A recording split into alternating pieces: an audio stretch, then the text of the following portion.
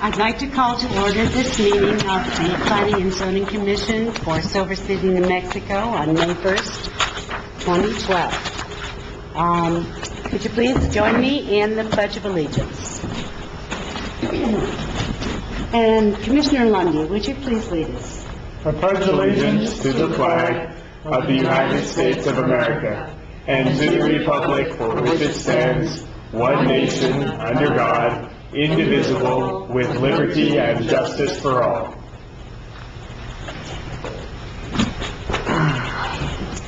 Could you call the roll, please?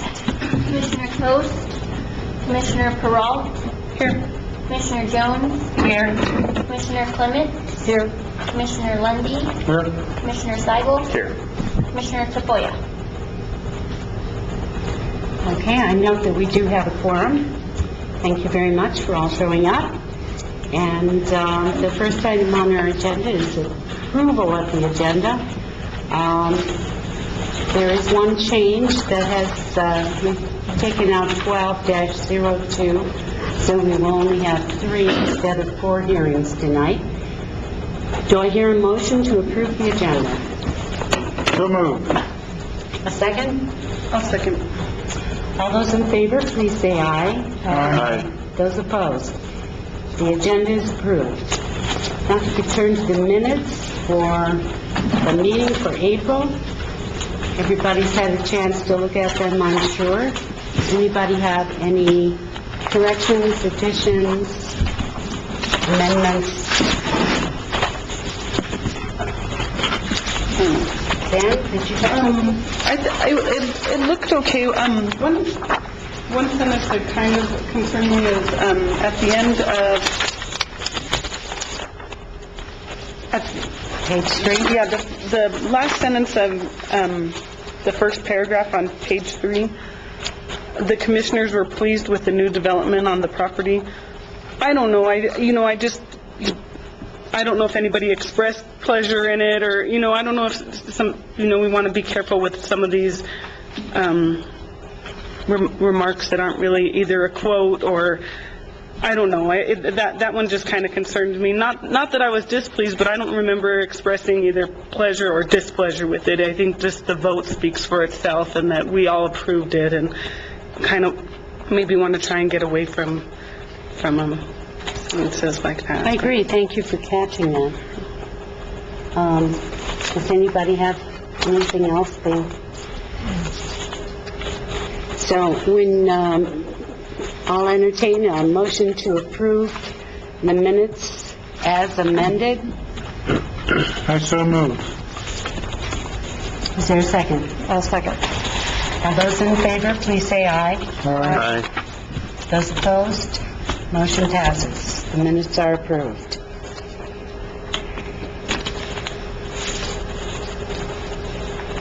Now then, I see that we have no old business for tonight, so we will move on to a public hearing. The first public hearing is CU 12-01, which is a request for a conditional use permit to allow telecommunications antennas to be attached to an existing pole in a rural zone. And the applicant is Sean Milks, but I understand there is a substitute for Mr. Milks. So, would anyone who plans to testify in this hearing, please come forward and be sworn in.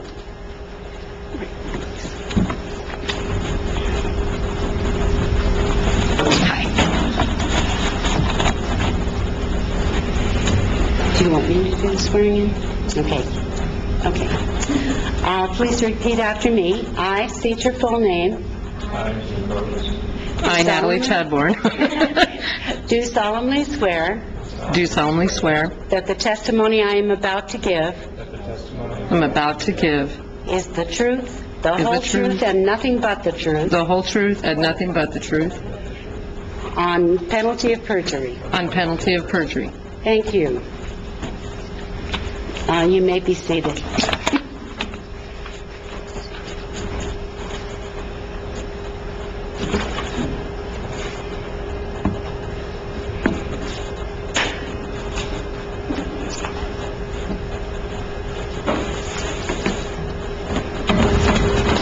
Conditional use permit 1201 is at 1955 Hilltop Road. It is a conditional use permit for antennas for a mobile service on a pole that's already existing.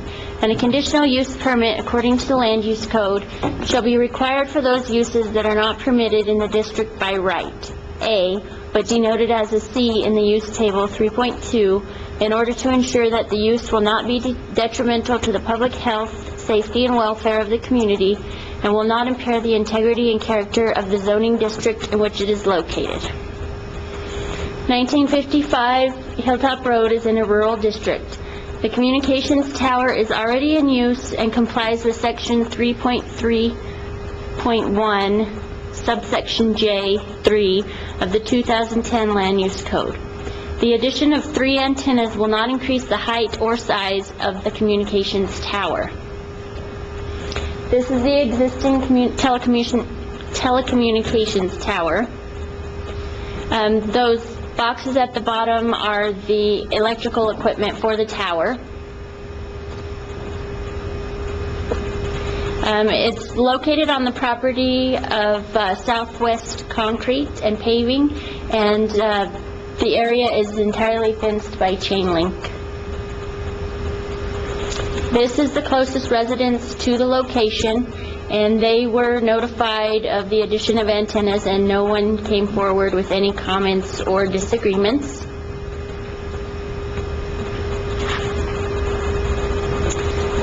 The Planning and Zoning Commission, in approving the conditional use permit, shall make the following findings and may attach to the permit such reasonable requirements in addition to those specified in the Land Use Code to ensure that the development is in its proposed location, will not endanger the public health or safety, will not injure the value of adjoining or nearby properties, will be in harmony with the area in which it is located, and will be in conformity with the town's comprehensive plan or other plans officially adopted by the town. And it is the opinion of the Community Development Department that this conditional use permit may be approved based on the following findings. It will not endanger the public health or safety, will not injure the value of adjoining or nearby properties, will be in harmony with the area in which it's located, and will be in conformity with the town's comprehensive plans or other plans officially adopted by the town. And there are the findings that have to be met. And it's very similar to the conditional use permit that was approved in December of last year. Does anybody have any questions, or would you like to see another picture again, although it's behind you? Go ahead. So, Jamie, my understanding is that these antennas are going to go inside that shield so that they won't be visible? They will be painted the same color. Unfortunately, Verizon hasn't put theirs up yet, but see this lighter colored portion of the pole? They sit up against the pole and they'll be painted the same color. So the ones that were approved for Verizon that they haven't installed, they'll be the same type of antenna. You may have the picture of a satellite dish in mind, but they're not like that. They're flush against the pole, and they'll be painted the same. You really won't notice them. Jamie, are you sure that they will not be installed inside? Because the structural engineering report specifically recommends that they be installed inside the pole shaft. There is a portion that's inside and then a portion that's on the outside. But the wiring and all that goes up inside it, not on the outside. But there is a portion that does project on the outside of the pole, but it's flush against it. It's not like a big dish antenna or something like that.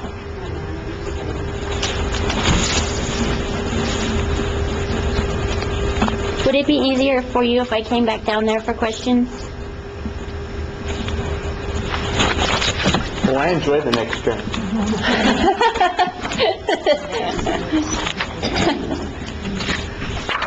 Are there any further questions for staff? Then would the applicant's representative please come forward and go to the podium and state your name and address. My name is Natalie Chadbourne. My address is 2430 Acoma Street, Las Cruces, New Mexico, 88001. And what is your position within the T-Mobile organization? I'm a representative for Sean Milks for T-Mobile for this job site. You're welcome. Okay. You have been instructed that your testimony should include evidence that will speak to each of the 4 conditions that must be met in order for us to approve this conditional use permit. Have you been told that? Yes, Jamie told me, yes, the 4 findings, yes. And so for number 1, will not endanger the public health or safety. The compound's already there. All of the ice bridges are there. Everything is there, the existing fence, everything. All we're going to do is just add some few, like, battery racks inside. And then the conduit is what is going to actually be hidden inside of the pole so you won't see it. And then the antennas that are outside that she was speaking about, they're about 12 inches long and about maybe 6 inches wide, and there'll be one on, like, kind of on each side, kind of like a triangle, and that's it. So it's not increasing any height, it's not increasing width, it's not doing anything, just adding them there. So, and it's not going to change anything. Number 2, will not injure the value of adjoining or nearby properties. Again, the compound is already there, Verizon's there, and some other ones. We're going to be the 3rd set down below, and it's not going to do anything for the value of that.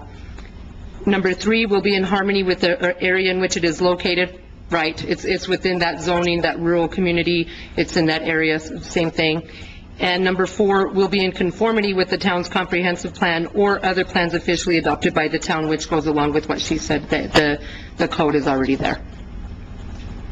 Okay. Are there questions for the applicants? I have some. Okay. I noticed in the structural analysis report that the basic design wind speed standard is 90 miles per hour without ice and 30 miles per hour with 0 radial ice. Is this rating for the tower with the additional load? Doesn't the wind load vary given the height of the pole? That I can't answer, but I can, because I'm not on the technical side of it, but I can have Sean Milks on the phone and we can answer that. He's available right now. Okay, if you would like me to call I would him. like an answer to that question. Okay, hold on, let me just get the phone and call him. I don't know if Mr. Mills can actually testify, but he can speak to you about it. Do you understand my question? I do. So you're saying, well, let me just reiterate. You're saying that the pole currently is rated for 90-mile-an-hour wind with a certain height that it is, and you're asking if adding these 3 antennas is going to change that rating? Yes. Okay. Should you maybe ask your other questions of her too, in case she was asking those? Yes, I have several other Okay, questions. so let me get a pen. Okay, good.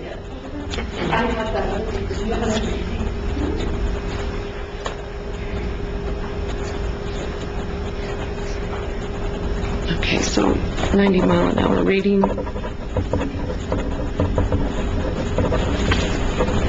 I'll change the load. Okay. So one of my other questions is what additional weight is being added to this pole? Okay. And how will that affect the load, the wind load standards on it? Okay. And on page 5 of the structural analysis report, it says, no information pertaining to the allowable twist and sway requirements for the existing or proposed appurtenances was provided. Deflection and rotation were not taken into consideration when performing this analysis. So I wondered why that information wasn't provided, because the kinds of winds that we get around here, certainly a 90-mile-an-hour sustained wind would be very unusual. What we get are lower sustained winds with very high gusts that come in from varying directions, and it would seem to me that that would create some twist and sway, and yet that isn't even factored into the structural analysis for the pole. So I wanted to know if you're adding additional weight, and Verizon hasn't even installed the cable that we have already given them a permit to put in that same tower. How much additional weight is being put up and down in that tower, and how is that going to affect this structural analysis? Because I note that the anchor bolts are very close to the acceptable limits at 103.2%, with 105% of the rating being the absolute limit. Okay. Yes. From the way I understand it on page 3 of the structural analysis, the standard is 90 miles per hour without ice and 30 miles per hour with zero radial ice. And then the conclusion under that says, with the existing and proposed antennas from T-Mobile in place at 75 feet, the tower meets the requirements of the ANSI TIA 220G standard, provided the recommendation listed below is satisfied, and the recommendation is that the coax cable is inside the pulled shaft, and that is the construction plan. There won't be any cabling on the outside. Does that help? Well, that takes care of the first question, but it doesn't answer those second questions about how much weight is being added and why the twist and sway requirements for the tower were not even examined by the engineers. And given the fact that the anchor bolts are at 103% of their capacity, with 105 being the allowable maximum, I'm wondering, is that pole going to come down in the kind of winds we have around here? And I also wanted to know if any of your towers have ever come down. I can't answer that either, but I'll find out. And the final question I had, under the tower design notes, it says deflections are based on a 60-mile-per-hour wind. And I wanted to ask, what is a deflection in this sense? What are they really talking about there?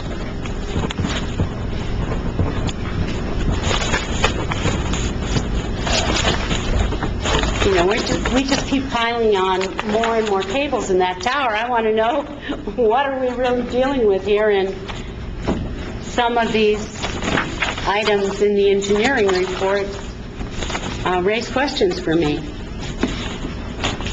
So, do you want me to, take a break and call him with these answers and come back in? Or, just start calling him and answering him? I mean, do you want to, deal with your next items and just kind of table this for a second? Or how do you want me to handle that? Probably would be best to table this hearing for the moment. Okay. And allow you a chance to speak to your employer. Okay. And I'd be glad to give you my notes so you can refer to them. Sure. I made a bunch of them over there, but at least I don't have this in front of me, so I will. And I'm sure he has this. Madam Chair, Yes. I move that we table this public hearing CU 1201 until later in the meeting. And is there a second? I'll second that we do that, too. All those in favor of tabling the current hearing until later, please say aye. Aye. Any opposed? Motion passes. Let's move on then to hearing number 12-03, which is a request for a map amendment zone change for a tract of land addressed as 101 North Bayard Street. Any person wishing to testify in this matter, please come forward and be sworn in.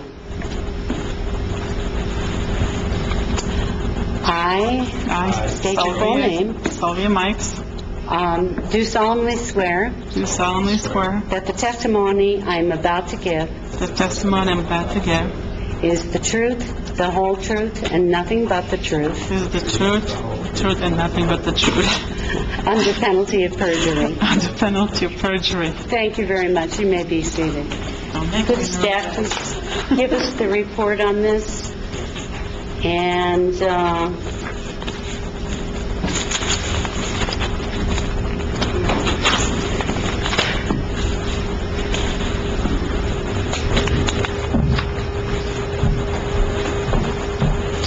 in cases of map amendment, zone change requests, we have to find at least one of the 7 possible findings to grant the request.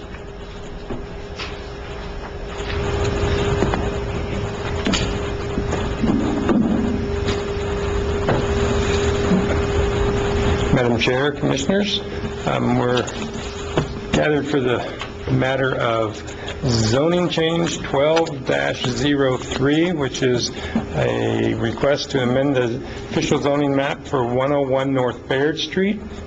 It is currently zoned commercial, and the request is to rezone to historic downtown commercial district. The property lies in the commercial district, which is soon to be rezoned to historic downtown commercial, and there are several properties within the area that have been recently rezoned to historic downtown commercial.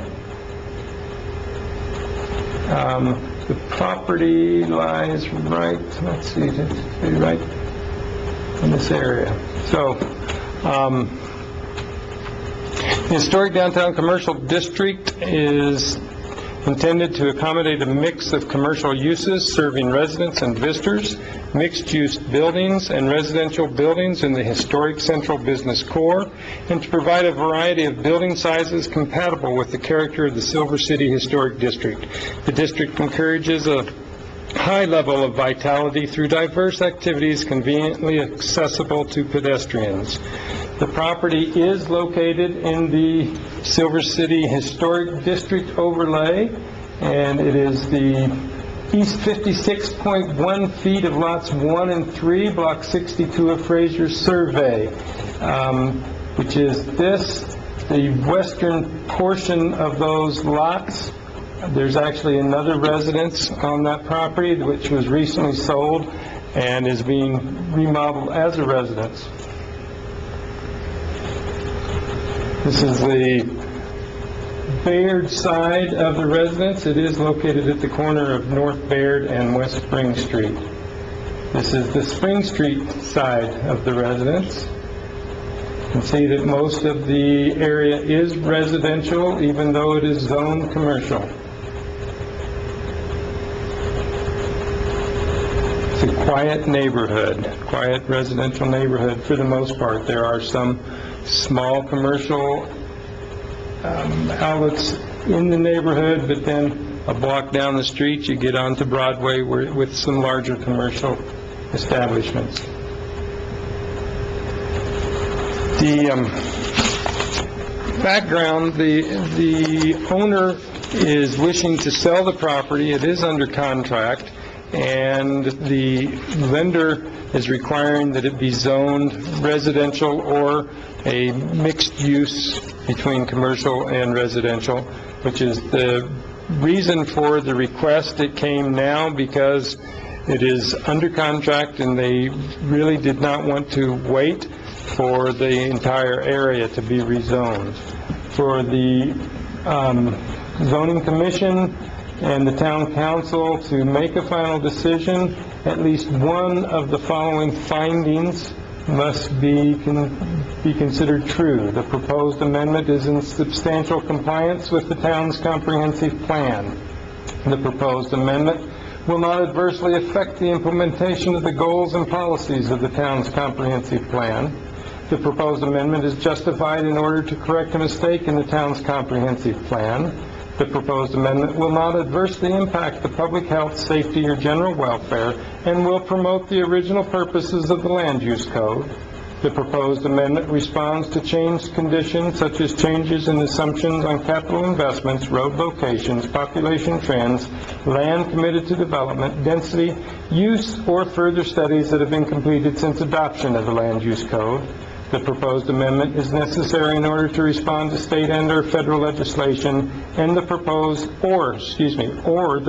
amendment provides additional flexibility in meeting the objectives of this land use code without lowering the standards of this land use code. It is the opinion of staff that findings 1, 2, 4, and 7 would be sufficient to agree with the change or to accept the recommended change or the requested change. Are there any questions from the commissioners? Any questions? Mr. Coates? Yes, Mr. Seibel.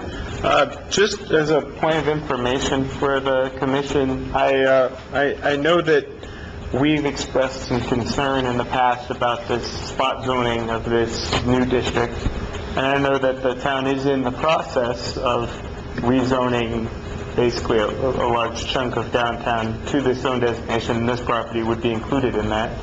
I wonder how that process is coming along and what sort of reaction you've had to it thus far. Thank you, Mr. Seibel.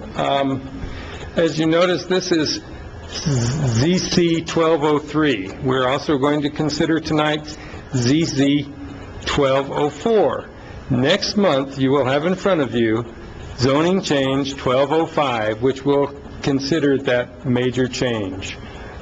We have had one public meeting with neighborhood people in the affected area and received primarily, overwhelmingly positive responses. We had a lot of questions, which people seem to appreciate having answered.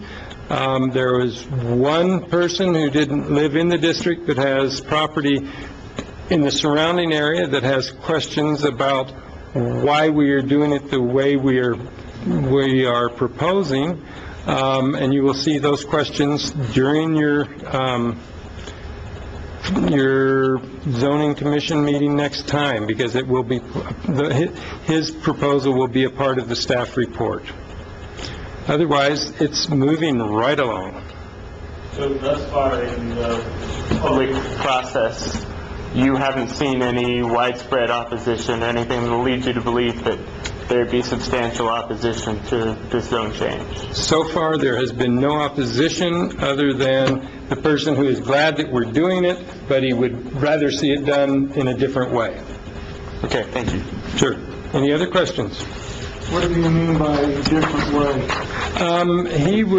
His proposal right now would be, rather than taking the commercial district and changing it from commercial to historic downtown commercial, he would mix and match some of the boundary areas of that area and turn it into mixed use rather than historic downtown commercial.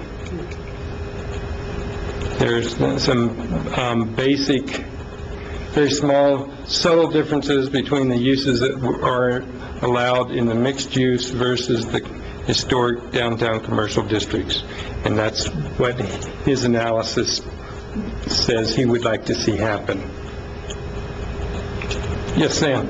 And this suits the lenders well, even though it still has the commercial terminology. It being commercial mixed use, it has been to the lender's satisfaction in these cases, because I know a lot of times it's because of either sale or refinancing. And in your experience, or from what you've heard, that is satisfactory to the lender? We've not heard anything different, and since most of the amendments that have come before us have been due to either lending or insurance, nobody's come back and said it didn't work. Okay. So I'm assuming that it must be working.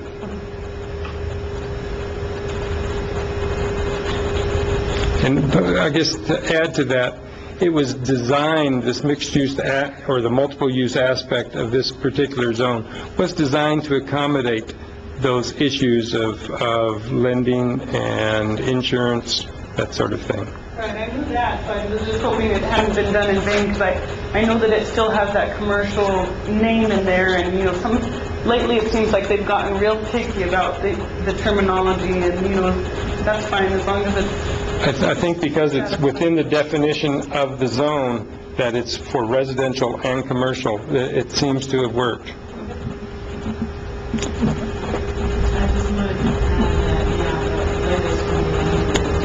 Please come forward. I think we're ready for your testimony. Please introduce yourself.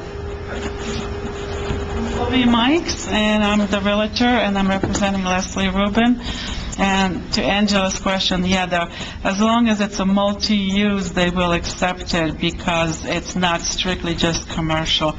So even if you guys rezone it, but somehow, somewhere it's going to show that it's a multi-use and it's acceptable.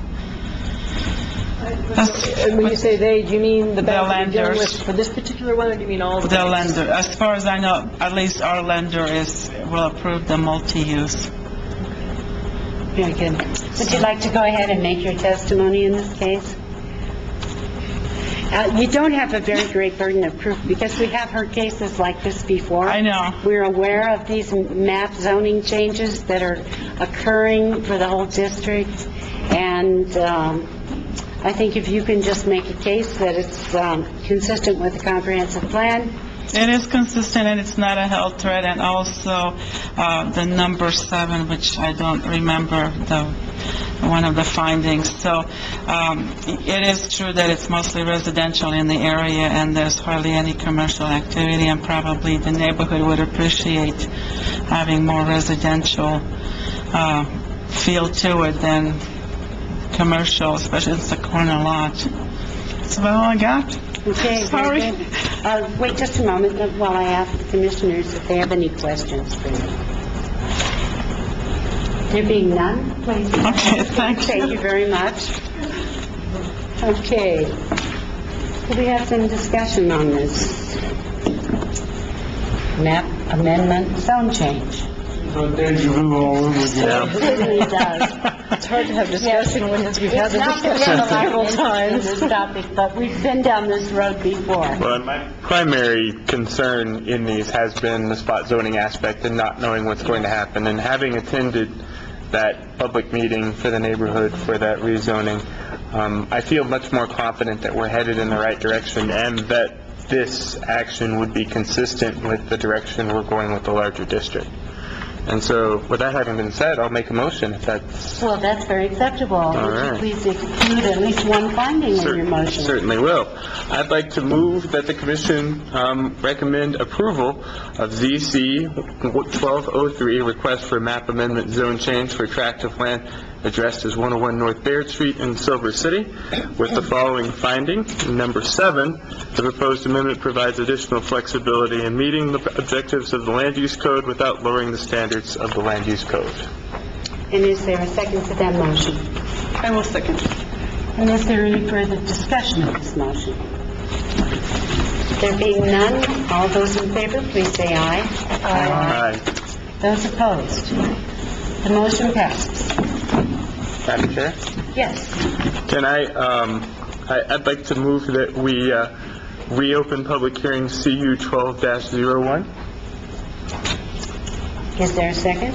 I'll second that we reopen 12-01.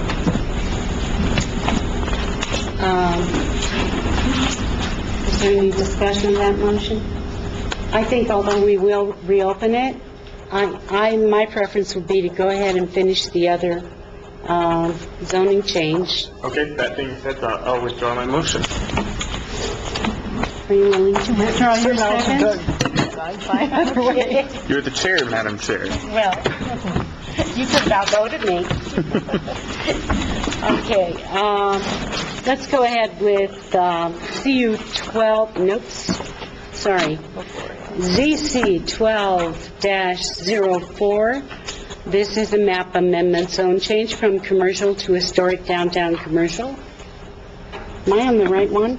No, I am not. There you are. Am I? Oh, thank you. Okay, good. All right. Once my papers get out of order, I'm done for. This is a map amendment zone change from commercial to historic downtown commercial. and one of 7 findings are once again required. And the address is 608 West Yankee Street. And those ready to testify are ready to be sworn in. Raise your hand and repeat after me. I state your full name. Carmen Stephen, Do solemnly swear do solemnly swear that the testimony I am about to give that the testimony I'm about to give is the truth, the whole truth, and nothing but the truth, is the truth, the whole truth, and nothing but the truth, on penalty of perjury. on penalty of perjury. Thank you very much. You may resume your seats, and staff, we are prepared to hear your report.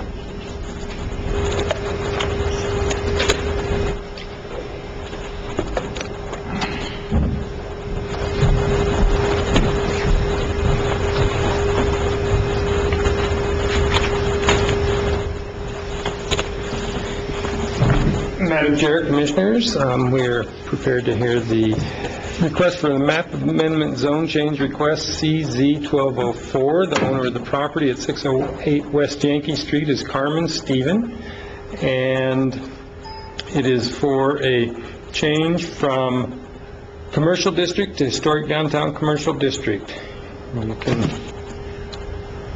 This is the property in question. And see that there are several other properties that have had that zone change, and it is within the area that the town is proposing changing making a major change in the zoning. The historic downtown commercial district is a mix of commercial uses serving residents and visitors, mixed-use buildings and residential buildings in the historic central business core, and to provide a variety of building sites compatible with the character of the Silver City Historic District. The district encourages a high level of vitality through diverse activities conveniently accessible to pedestrians. The subject property is middle of the block and it extends back to the back portion of the block. It's comprised of parts of 8 lots. There's a residence here and a guest room in the back. The applicant is seeking refinancing as a residential property and wishes to be able to have it zoned residential or a mixed use so that they can get access to the better residential rates. This is a photo of the residence at 608 West Yankee Street. You can barely see it. It's nicely covered by a big tree. It's a beautiful spot. If you were looking at this, you would be looking at it from the basically the backside of the new Health Council and Health Council offices in the courthouse complex. That's the backside of it that you can see there. The residence is on the right-hand side behind the pink wall. Here again is Yankee Street looking east, and the driveway back to the guest room is on the left of the property. Another picture. It is a lovely lot. And it's certainly a residential piece of property. For the commission or the council to make a final decision, they need to make at least one of the following findings. Would the chair like me to repeat those findings, or? No, I think we remember them from all the previous Okay, thank you. hearings of this. And it is the staff opinion, once again, that the change may be approved based on the following findings, 1, 2, 4, or 7. Are there any questions?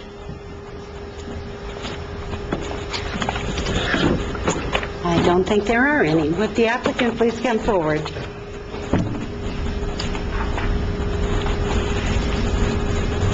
Please state your name. Carmen Stephen. Actually, I think number 7 probably covers it. It is in the intent of the land use code, certainly within the intent of the new historic district, and I do want to compliment staff for the nice job they did at the public meeting that they held just recently. If I were not attempting to get my loan that's already approved completed, before July, I would not have brought this up to you, but in order to secure my lock rate and not have to pay another appraisal fee and all the rest of that stuff, I'm appearing before you earlier, asking for consideration of the change in advance. Well, that's certainly your right, and we're happy to serve you. Are there any questions? Is the property for sale? No, it's not, sir. Mr. Coates seems very enamored of it, so I just thought I'd ask. I was really disappointed, because if you'd just taken a picture over the wall, you would have seen that it's a very nice house, and it's got a very nice landscape to it, particularly in the back. Sorry, Jim, I tried. Thank you very much, Ms. Simmons. You may resume your seat. Could we have some discussion of this matter? Is there any? Okay, in that case, I'll entertain a motion. I'll move we approve ZC 1204 to request for the map amendment zone change from 608 West Yankee Street, and to go from commercial district to historic downtown commercial district. Would you include the findings, please? Oh, thank you. And I'm going to actually agree with the city entirely on the 1, 2, 4, and 7. Very good. Is there a second to that motion? Second. Any further discussion? All those in favor, please say aye. Aye. Those opposed?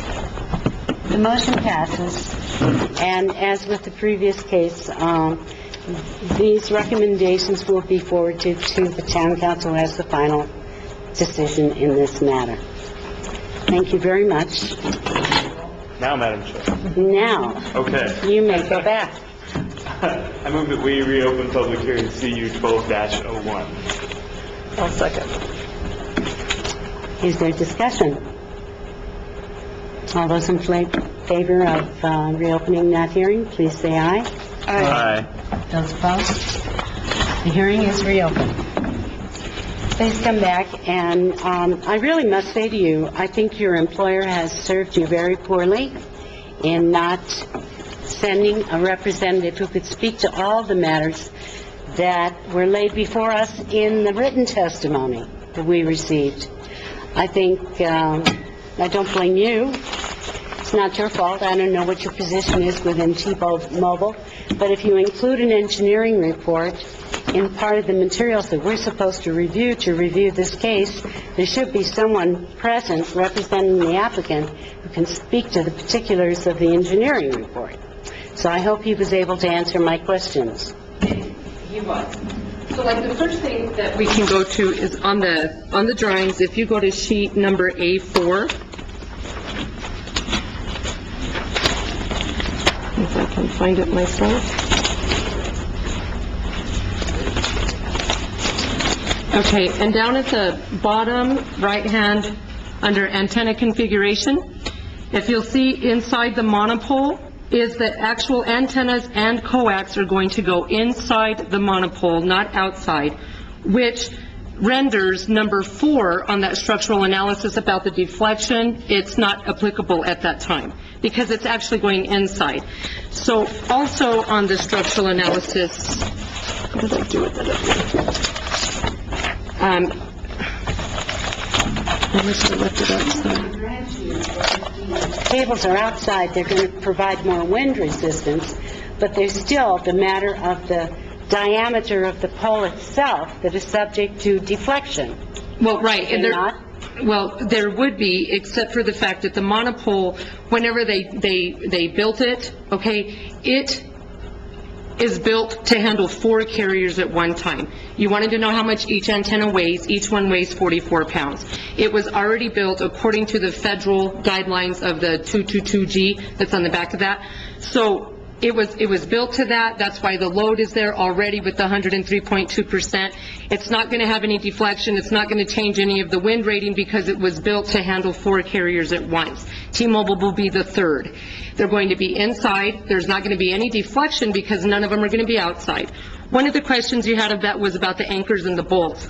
So for twist and sway, that has to go with the self-supporting poles, which are actually two different poles, bolted together as it goes up. And so those would have more sway with the windage, like what you're talking about, or ice, because they're self-supporting. A monopole is not. It is one solid single stack, and it's not going to have that twist and sway. So for the engineering, for the structural analysis, that's not applicable also. So that kind of took care of the additional weight to affect the wind for the load standards. The New Mexico engineer that certified it based on the fact that it was already built to have the 4 carriers at any given time. So that took care of that. It also takes care of the deflection and rotation. There was none provided for the twist and sway because it's not a self-supporting pole attached with another one with bolts, so it doesn't apply. Let's see.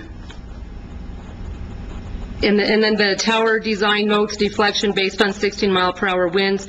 That doesn't apply either because it's not self-supporting, it's an actual monopole. It was already built to hold all of this weight. And so with the A4, that changes the way that what we had previously presented, that thinking that the antennas were going to be outside of them, because they're not. They're going to go inside along with all the coax and everything like that. So this current monopole was already created, certified by all the engineers, certified by the feds, and he said in the 14 years that he's been doing this, none of the antennas have failed. And he's not only done it for T-Mobile, but he's done it for AT&T, Cricket, Verizon, several of them. And there's tons of these monopoles all over the place, and he said it doesn't fail. And he said if you did have any further questions, that he could maybe even have the New Mexico engineer that certified all of this give you a call personally tomorrow if you had any other specific questions for that. But the structural analysis was done by that certified engineer based on the knowledge that it was going to hold 4 carriers at any given time, and whatever else they had to take into consideration for those. Thank you. You're welcome. That's a very good explanation. I am curious why staff had the impression that part of the installation was going to be on the outside of the pole. I'm not sure. I think it's because of The one drawing in there. where they have like the current, where they show the monopole on, let me get that. I think it's A3, yes, exactly, that's what it is, Mr. Coates. It's A3, where you're looking at these here, where you would see like the top of the tower, existing antenna, which would be Verizon, the next one, whoever that is, and then down at the bottom is going to be proposed T-Mobile antenna center. I think that because we see so many of them outside, we just kind of thought that they were going to be out there, but this monopole is actually going to have everything inside according to A4 and stuff, so it kind of helps alleviate some of that concern.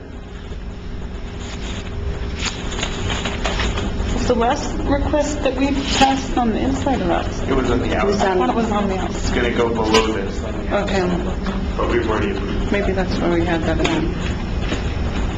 So I wonder if that then changes the configuration, the wind resistance of the tower. That may, but this would not, because it doesn't change the height or surface area of the pole that the wind would act upon. So if there were any changes, and generally the safety factor for engineering a project of this type is great enough that it would. Well, the thing that got my attention were those anchor bolts, pushing so close to the absolute limit. Did your employer address that at all? I asked him, I said, it says that the anchor bolts, and he said, well, those are they're built already there to hold 4 working cell sites at once. That's why they're built there, and they're at their max. So there really wouldn't probably be allowed a 5th carrier to come onto that monopole. I don't think, now that's just, I don't know anything about it, but probably an engineer would go, we're not going to let a 5th carrier come because it was built to carry 4. And so I think the anchor bolts are there, and they're saying, we're going to handle 4 carriers and that's it. But I'm not an engineer, so don't hold me to that. Okay, thank you. Are there any other questions for the applicant? No, but I will make the... Yes? Okay, hang on a I second. was just saying, had she addressed the finding? Yeah, the 4 findings. Findings. Mm-hmm. Did you want me to go over them again? Yeah. Okay, sure. that'll be- Okay, so the number one will not endanger the public health or safety. We determined already that the cell site is there, the compound is there, all of that. Number two will not injure the value of adjoining or nearby properties. Again, the pole is already there, the compound, the fencing, everything. Number three will be in harmony with the area in which it is located. We're going to go back over that it's in the rural zone, and it's not going to harm anything with that, it's already there. And number four will be in conformity with the town's comprehensive plan or other plans officially adopted by the town. Again, it goes within your rural zoning, and it's already there. I just want to reiterate that number one, since we've actually talked a little bit about Sure, right, I understand. And I just want to say thank you very much for giving me the opportunity to go out and call him and get the information. I apologize. Normally, I'm just like the paper person. So I do appreciate you guys taking the time to let us do that very much. Thank you. Thank you. You may resume your seat. Okay. Okay, could we have some discussion of this matter? Is everybody comfortable with I hope other Responses carriers we have? understand that we're at number 3 now for something that was designed for 4. So if somebody thinks they're going to be 5, it ain't going to happen. Well, I have to have the whole thing I hope re-engineered there's anyway. some institutional memory on this commission when that next, when that I'm even next a one little comes worried about number forward. 4, since the second one wasn't exactly, I don't know. But anyway, I'll make a motion that we approve CU 12-1, request for a conditional use permit to allow telecommunications antennas to be attached to an existing pole in a rural zone located at 1955 Hilltop Road, with the finding, with all 4 findings. Number 1 will not endanger the public health or safety. Number 2 will not injure the value of adjoining or nearby properties. Number 3 will be in harmony with the area in which it is located. And number 4 will be in conformity with the town's comprehensive plan or other plans officially adopted by the town. Second. Thank you. Is there any final discussion? Madam Chair? Yes. I'd just like to point out, when we discussed this extensively in December, we talked about the advantages of siting new cell phone antennas on an existing tower. And so, just like to point out to folks that we're not talking about adding an additional tower to the skyline of Silver City, but rather using existing infrastructure to provide better service. And so, I'm excited about this, and I'm glad that there is the capacity on the tower that we're able to approve this tonight. Absolutely. Okay, thank you. All those in favor of the motion, please say aye. Aye. Those opposed? The motion passes. Thank you.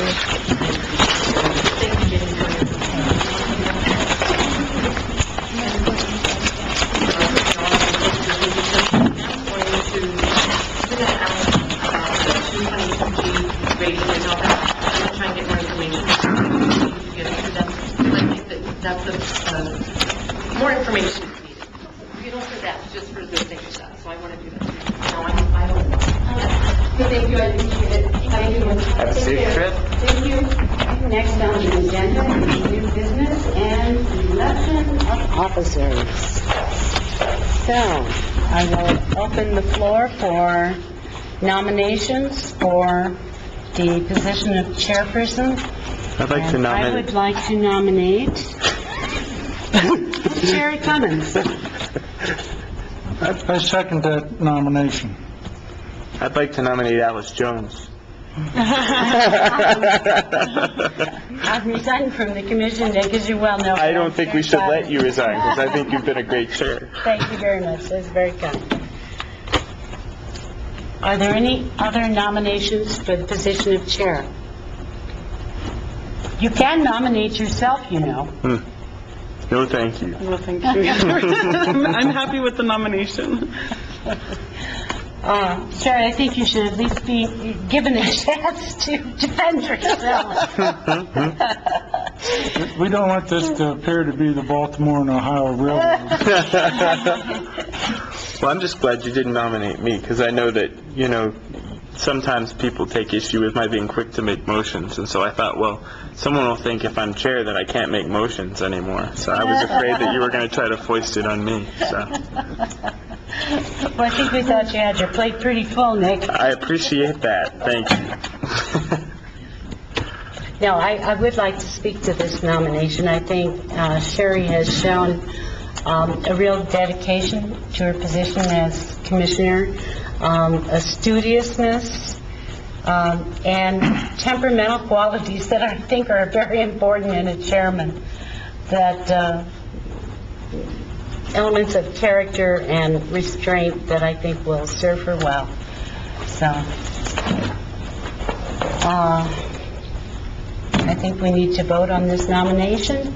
All those in favor of Sherry Clemens as the new chairperson for the Planning and Zoning Commission of Silver City, please say aye. Aye. And those opposed, by acclamation.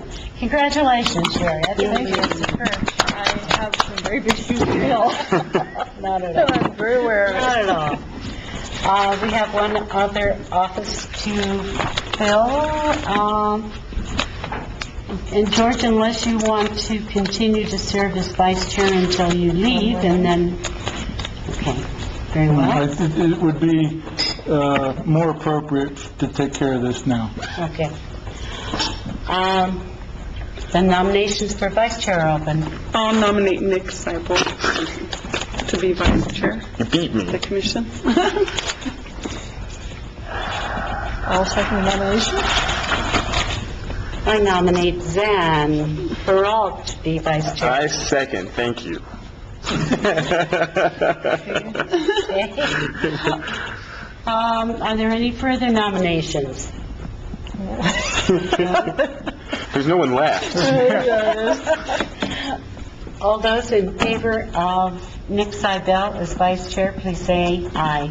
Aye. All those opposed, say nay. Nay. Can we have discussion from them by chance? I think we already voted, personally. I am glad to serve as vice chair if nominated. And Nick? I would be pleased to serve, but I think Zan's experience on the staff of the Community Development Department is an asset to the commission, and I think she'd do an admirable job of filling in if you're not able to be with us. So I feel great about Zan being the vice chair. I agree. I think she's superbly qualified. All those in favor of Zan for vice chair, please say aye. Aye. Thank you. Congratulations, Thank you. Zan. I know you'll serve very well. You didn't really need to vote against me, though, Alice. I just want to point that out right now. I thought I was helping you out, Nick, after what you said. It wasn't exactly against you. It was sort of for you against you. Oh, okay. Madam Chair, I guess we have reports, right? Yes, we have no community forum tonight, but we do have a forum scheduled for next month. And I want to go into my intent for that forum, even though I'm not going to be around to see it. It was on the infrastructure status of Silver City. And the reason I wanted to take a look at that was that we live in a historic community that goes back a long way, and unfortunately, some of our critical infrastructure also goes back a long way, including some of the sewers and streets and other water mains and other kinds of things. And I just thought it would be a good thing to have staff from the village report to us what the status of those various critical systems are and whether or not there's a plan in place to replace elements of the infrastructure in a systematic way. Are we just going to put Band-Aids, when a sewer main breaks, so we're going to rush in and fix that, but not fix it 50 feet down the line? I mean, is there a plan or not? That's what I had in mind. Even though I won't be around to chair that meeting, I hope you will ask those kinds of questions when staff from the village appear. Okay. Do we have any reports from staff tonight? Yes, ma'am. First thing I'd like to report is that Mr. Coast, Commissioner Coast, has resigned. He called me this afternoon. With his resignation, he will send a letter soon, a letter of resignation. He regrets that he's, for personal reason, is not able to serve on the commission any longer. Other than that, you'll be seeing a big zoning request next month. I'm hoping that we have all our ducks in a row at that time so that we can avoid all of these spot zonings, or at least in that neighborhood. We'll move to the next neighborhood after this one's over. Well, I would like to say we're very sorry to see Roger Coast resign from the commission. He served well and loyally, and I know we all wish him well, and sorry to see him go. And that means that we do have some additional vacancies on this commission. With George resigning in July, it's really important that citizens out there come forward and volunteer to serve on this commission. It's a great way to serve your community, and most of all to serve your neighbors, because one of the things I've learned in doing this job is that the people that come here before this commission, they have real problems that affect them deeply in their lives that they're looking to us to help them solve. And it's a great way to give back to your neighbors. It really is. And it doesn't involve a humongous amount of work or study, or you don't have to have any particular expertise. You just have to have common sense and read the wonderful materials that staff bring to you. We're very lucky to have an incredible, talented, and professional staff. It's been one of my joys in this job and on this commission to work with those people and just be so impressed by the fine work that they do, not just once, but time after time. And every venue that I've seen them operate, I've been impressed with how fortunate we are as a community to have that quality of staff working for us. Thank you, Madam Chairman. Okay, are there any further reports from staff? Are there any reports from the commission? I guess first of all, I'd like to thank you all for having the faith in me to vote for me. I was not joking when I said I knew I have big shoes to fill. And I do want to say that I come from a family that really believes in community involvement, that, you do something to give back to your community. And I've lived in Silver a while, and I felt it was important for me to do that. And I think in a town this size, you can actually have more impact than you can in a larger city. And when I started looking around at what I wanted to do and what I wanted to be a part of, I was just extremely impressed with this commission. And I've seen some of the others, but this was the one that I felt I really liked the way the public was addressed, the way you approach everything, the questions that were asked, the thought that was put into things. And the reason I selected to be on this commission was because of having seen that. And so I hope to continue to carry on in that tradition. And I want to say that, Alice, you're going to be so missed. So missed. And you were a part of that, making my decision for that, Thank you. That's very nice. It really did stand out to me above and beyond. So thank you. Thank you for everything you've done and your inspiration. Thank you. On that note, I don't know if you're prepared to.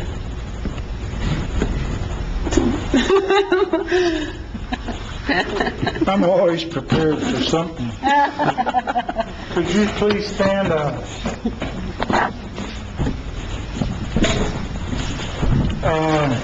You probably understand that you and I are the senior members of this commission. That's a scary thought, George. Yes. And I'm not talking about age. I'm talking about the fact that you represent the only remaining commissioner from the panel of commissioners that existed when I came on this commission. And now you're leaving.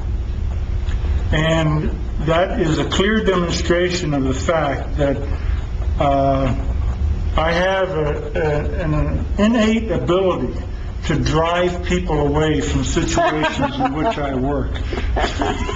But you stuck it out with me. I did, George. You stuck it out with me. We've had fun. We have. There's two things that come to my mind as a consequence of your leadership on this commission. First is your affinity for professionalism, for attention to detail, and for thoroughness. I'm not so inclined in my dealings to be that way, and I admire that in you, and I know that the other members of this commission admire that in you, and the town admires that in you, because this commission has taken, from my perspective, leaps forward in its effectiveness. And that leads me to the second thing that I will most remember about you, and that is your leadership in helping us work out of the traditional box. And that goes to the work that we've done this last year in what we call a community forum. Working outside the historic traditional box of dealing with zoning changes and conditional use permits and variances, and beginning to open a dialogue with this community about things that are important to this community. Three things easily come to mind. Last year when we had the fires, we brought in police and fire people to talk about the creation of defensible space around our homes. I was really proud of us doing that. And that was very I think it had an important. impact. The only consequence of that was the hundreds of tons of gravel that I had to wheel around a wheelbarrow to create the defensible space around my house. But it was needed, it was necessary, and I think the people of the community benefited from that. The time we spent talking about the reconstruction of Penny Park, and you going before the town council to talk about that, because you had a particular passion for that. And then most recently, the largest community forum that I've been a part of in my 2 years on the commission, when we had the Alabama Street Neighborhood Community Forum. Those things I will remember you for, and I think the community will remember you for also, because that put us outside the traditional box. And your leadership took us there, and I'm glad we did it, and I can only think that you feel that way also. Well, thank you very much. So, to that end, Oh my, that's we beautiful. have a little plaque for you here that reads, Recognition Award, presented to Alice Jones, Planning and Zoning Commission Chair, in appreciation of your very valuable leadership and in grateful acknowledgement of your time, talents, and service, so freely and unselfishly given. Presented by the Town of Silver City Planning and Zoning Commission and the Community Development Department. Well, that is really impressive. Thank you so much. Wow. It's a beautiful plaque. I appreciate it. I hope you don't mind, Alice, but because of the number of years that I've worked with you, both on staff and now as a commissioner, I did prepare something to say as well. I have to read mine. But I have had the privilege and challenge of working with Alice for several years now. And by challenge, I certainly don't mean it in a bad way. I just mean that Commissioner Jones challenges those around her to step up their A game. I certainly felt many times like I was in the hot seat as a member of staff because Alice asks the tough questions and doesn't hold back in her criticism. And I believe that has been a good thing. It encouraged me to work harder preparing for meetings to cover all my bases. I doubt that Commissioner Jones finds pleasure in making people uncomfortable. It's just that she takes her job as commissioner seriously and gives it the attention it deserves. I believe it is a result of her deep concern for and investment in her community, and in that regard, I am very thankful that Commissioner Jones has been part of my community. I have seen the Planning and Zoning Commission evolve over the years, and I think that much of that evolution has to do with Commissioner Jones.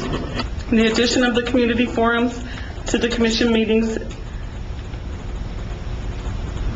the addition of the community forums to the commission meetings that Alice was a part of introducing is a fine example of how she has taken the initiative to be proactive in her role as chair and make the most of our meeting times. On behalf of the Planning and Zoning Commission and myself, I would like to express gratitude to you for your time and effort serving the town of Silver City.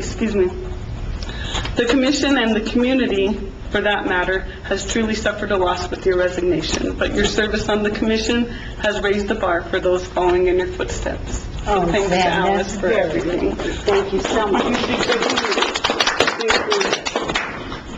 Well, I was reflecting today that I first embarked on my career in public service, both as volunteer and as a state government and municipal employee and nonprofit employee. I've never worked in the private sector except once, in about 1969. And I've been doing this kind of volunteerism ever since. And it's really time to pass it on to a new generation. So I'm looking forward to new challenges, but it's been a very meaningful time to me, and I'm very moved by your sentiments tonight. Thank you so much. Madam Chair, I feel reluctant to even say anything following up all these eloquent statements from folks that have served with you far longer than I have. But I really enjoyed this past year almost that I've had the privilege of serving with you and under you as chair. I've been involved in the town of Silver City for a long time, and I've really been inspired, and I think inspired is the right word, by your commitment to these community forums. I'll admit, when we started doing them, I thought, well, that's kind of different. I can't ever remember a Planning and Zoning Commission doing anything like that. And even though the code says that, we're empowered to seek information in that way, I can't remember anyone ever actually doing it. And particularly after the forum we had on the Alabama street corridor. And not just the fact that we had it, but right down to the fact that we were sitting down here with the folks that turned out instead of sitting up there behind the lofty podium. I really saw a spirit of true community involvement, really looking for people to get involved in their town, and a kind of spirit that I wish I saw more from more parts of our local government. And I'm really sad to see you go, and I'm exceptionally sad that you're not leaving us to go run for town council, because I wish you could go on and spread that even further. But I know that you've got some exciting plans ahead of you. I've been there, done that. Town council is in my past, that's not in my future. And they're and the folks who will get to work with you in the future are very fortunate. Thanks very much.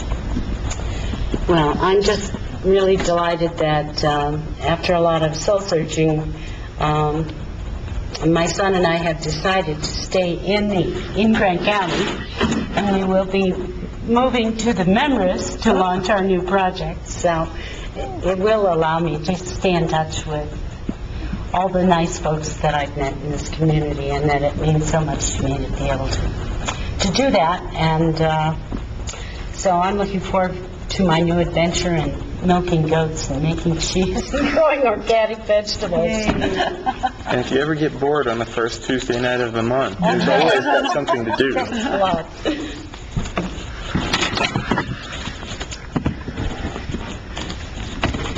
All right. Since we have no community left, I assume there's no community input. So I think we could entertain a motion to adjourn. So moved. All those in favor, please say aye. Aye. Meeting is adjourned.